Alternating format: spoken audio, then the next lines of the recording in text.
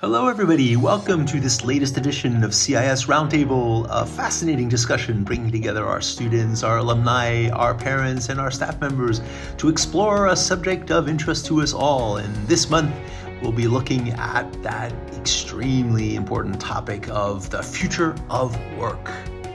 Let's get started. You had to imagine a job that you might one day occupy. Do you have any clue as to what that might be? People my age probably aren't really thinking about like what they want to do in the future, but probably something that a profession that my parents are also doing, maybe like finance. I want to do like many different things. I don't want to be like doing the same thing. For me, I don't specifically know what I want to go into, but I know the environment that I kind of work best under. And kind of like broadly what I want to do, I'm interested in the sciences, specifically biology and psychology. I don't have a lot of knowledge on it, but it's something that I find really interesting. And different to Ethan, I think, is that I would want to like dedicate to do something for the rest of my life instead of like jump around and try a lot of things. I'm wondering about everybody else around the table. Like when you were Ethan's and Faye's ages, like did you think about getting a job one day? I didn't even know there was a job called art consultancy when I was studying. So that's quite interesting because like for my school, it was very, mostly for professionals. Like, in my generation, you study accounting, then you become accountant. I think nowadays, work, there's so much varieties, right? And then I think that's what makes it, interesting for our next generation. I hear things like, data scientists, exactly Right. What are you doing, So it seems like there's a lot of merge and cross-discipline. I've always been interested in starting things, so I know that I like rallying the troops and getting people motivated and excited about things and then starting things. And that led me to sort of a more entrepreneurial field. During CIS, the way sort of that manifested was starting things like an a cappella group or working with the debate team at the time and starting up a lot of things there. And it was very exciting for me, so it was a good testing ground. But that was only year 9 and 11. And I think the environment has changed a lot since then. And interestingly, I think there are a lot of colleagues of mine who, if you ask them what they're doing in 5 to 10 years, they wouldn't be able to know, even if they're at the job already, right? So there are a lot of new jobs being invented, a lot of roles evolving because of what's happening in the world of technology. When you're your ages, Ethan and Faye, right? Should we even be thinking about like, okay, what kind of career we're going to pursue? I think it's never too early to think about where you're heading next because life is a journey and your career is a big part of that. And sort of attending school at CIS, it encourages you to explore and be curious about the world around you. And the world around you are built by professionals who are innovating, and that's the culture here, I think. So I think it's never too early. Thing in my CIS journey was, I think I was there when the world began to change quite drastically in how we consume content or just tech. Like I was one of the first to join Facebook. So it was quite a big change in that time. So I think it was very hard to actually navigate that. And apologies if this is a little bit too honest, but I think at the time, especially in IB, we were too focused on just the academics. To be honest, I remember the career counseling office let us do this sort of survey to figure out what kind of career paths you were gonna most likely fall under. And I think my top result was nanny. It was nanny. Nanny. Yeah, it's like 80+% math. But that was the extent of it, right? And I think looking back now, especially what CIS is doing now, because I do a lot of mentorship as well, is to see that students who are being exposed to all of these realms of possibilities. And I think that's actually very, very good, because they think about where their interests might lie whilst they're studying. Never too early to start thinking about the career. And what I've really appreciated coming back to CIS, I've been a few of the career fairs organized by the school, and I actually was very jealous of the current students and the exposure that they get to people who are a few years out in the career.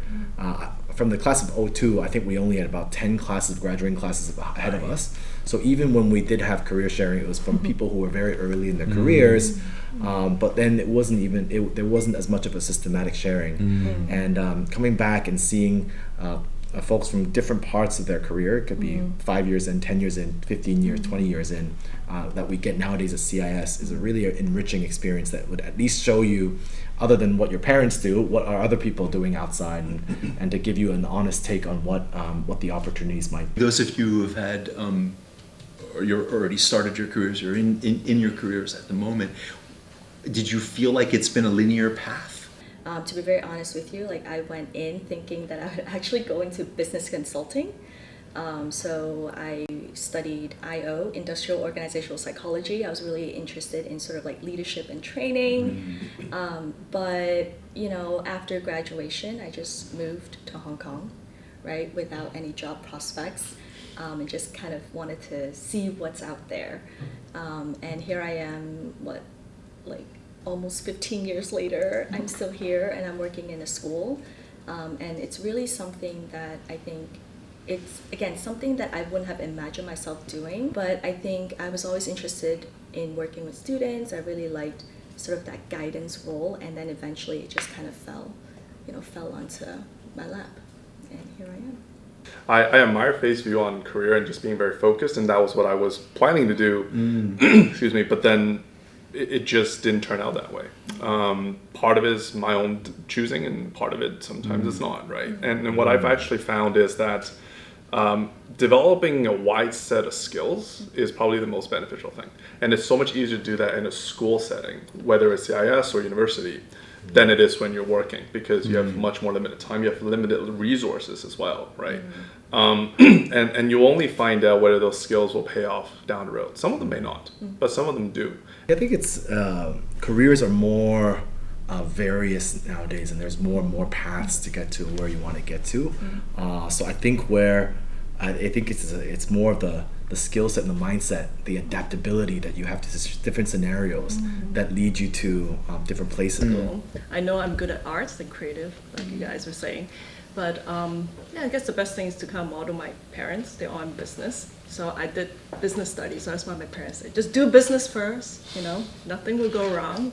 We're Asian family, so I did that. But after 1-2 years in marketing, in-house communication, this passion just can't come back to me. It's kind of knocking on the door. So I like arts, I like design. And then the place I was working at in Hong Kong, we were doing a lot of renovation. I said, I really want to, go back to design. With my job, my clients actually told me, there's this job called art consultancy in our business. Would you, be willing to do that? So I only started on project basis, but with encouragement of these seniors, people in the trade. And then I started my own business. I actually qualified as a project finance lawyer coming out of university, and I worked in law for 6-7 years, became a mid-level lawyer advising on financing of energy projects, which was fine. I loved the salary I earned, to be honest, and that funded my lifestyle, which I enjoyed in my 20s.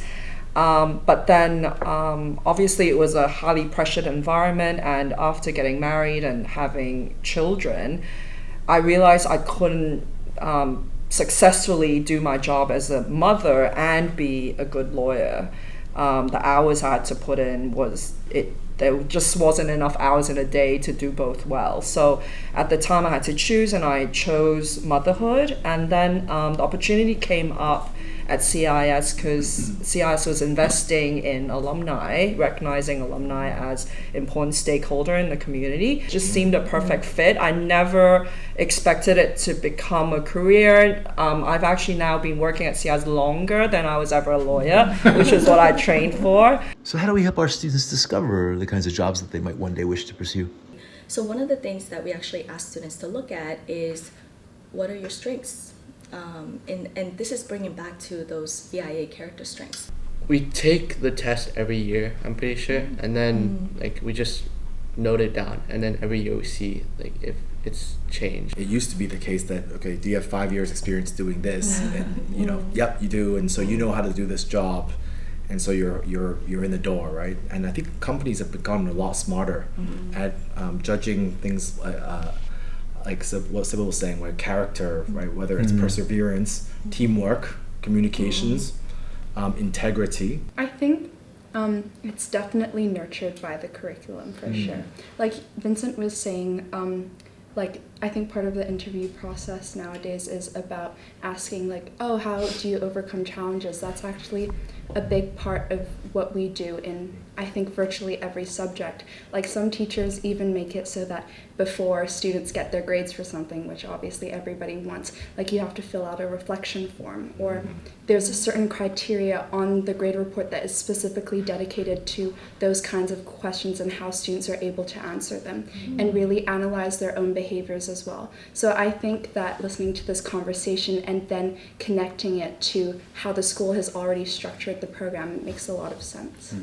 I think that on top of that, like in year 9, you get to choose, for example, if you want to do PBL or not, and that really helps because, like in PBL, you get to work in groups and like in group projects, which helps like your collaboration and like social skills. Fiorella, you know all of our alumni, and you see the vast diversity of career paths people have taken. I mean, what do you see as patterns? What David alluded to about Hong Kong still being a somewhat traditional society is somewhat true.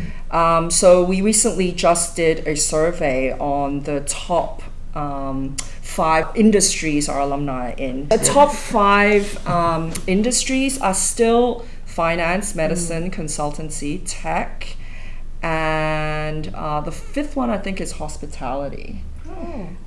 So the top 3 are still the very traditional medicine, law, finance things. So although more and more people are diversifying, and like Vincent said, people are changing careers, and you know, and also we see a lot more global citizenship, people working for a couple of years here and then moving there and then coming back and then moving away again. So all those things we discussed are true. Generative AI in particular has not been around in the public area except for the last couple of years. How transformative is it, do you feel, in the workplace? I actually lead the effort on digital transformation, so we've been thinking about this quite a lot in terms of staff capabilities and what the future of work looks like, right? I think the generative AI is quite transformative as a technology because it does change what needs to be done and what doesn't need to be done. It's still early days.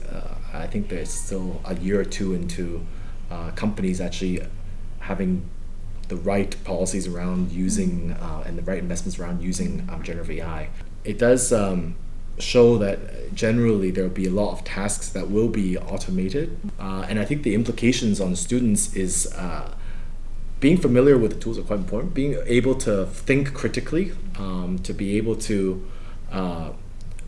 be creative around how the tools can help them in accomplishing the tasks. To be able to work with other people has become even more important than before, right? So AI actually makes the workplace more exciting because a lot of the things that previously needed junior staff to take charge of currently there's technologies really helping us remove those tasks from daily work. So junior staff or folks who are entering the workspace can look forward to applying their critical thinking, applying their teamwork, applying their communication skills a lot earlier in their careers, and those being determining factors in their success much earlier than previously. Definitely part of conversations with like even peers, and obviously with teachers. Don't use AI for your school projects, but yeah, it's definitely part of our lives, and it's kind of interesting to think as to how, like, I think Poe came out when I was in year 9. So how before that it wasn't mentioned whatsoever, and you definitely remember life before that, but now it's so integrated with everything we do. I actually think the critical analysis that Vincent mentioned is absolutely the most important factor in this space, and that's because 2 reasons. Number one, with generative AI, it's garbage in, garbage out. So the prompt itself is absolutely the determining factor into what results you get. And that is not easy work, right? But then on the output side as well, and I think this is the job that is not here yet, but it will be here, is the authentication part. Because AI at some point will become some of it's already so powerful, you can't distinguish what is real and what's fake. At some point, this will become very critical to the actual end product. So effectively, it's the quality control, but that level of quality control is so difficult.